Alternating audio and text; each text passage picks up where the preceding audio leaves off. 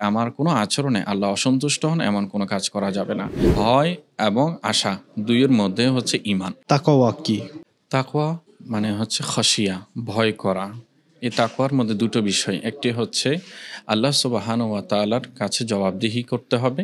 আল্লাহ সুবহানাহু ওয়া তাআলার উপস্থিতিকে মানতে হবে এবং আল্লাহ সুবহানাহু ওয়া তাআলার কাছে একদিকে সওয়াব পাওয়ার আশাও রাখতে হবে, অপরদিকে আল্লাহ সুবহানাহু ওয়া তাআলা আমাদেরকে জবাবদিহির আওতায় করে শাস্তিও দিতে পারেন সেটারও বিশ্বাস রাখতে হবে।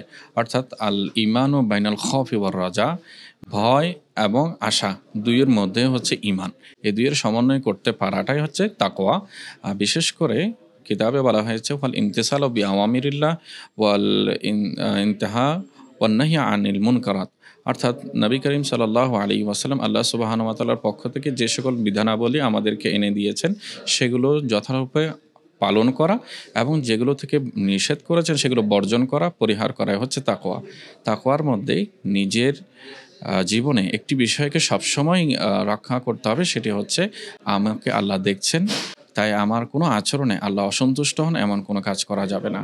কোনো বান্দা যখন সন্তুষ্ট চিত্তে আল্লাহ সুবহানাহু ওয়া তাআলার উপস্থিতিকে মেনে নেবে, হৃদয়ে বিশ্বাস করবে, সে বান্দা অবশ্যই মুত্তাকি হয়ে উঠবে। আর যারা মুত্তাকি হয় তাদের জন্য আল্লাহ সুবহানাহু ওয়া তাআলা অনাবিল শান্তির স্থান জান্নাত অবধারিত রেখেছেন।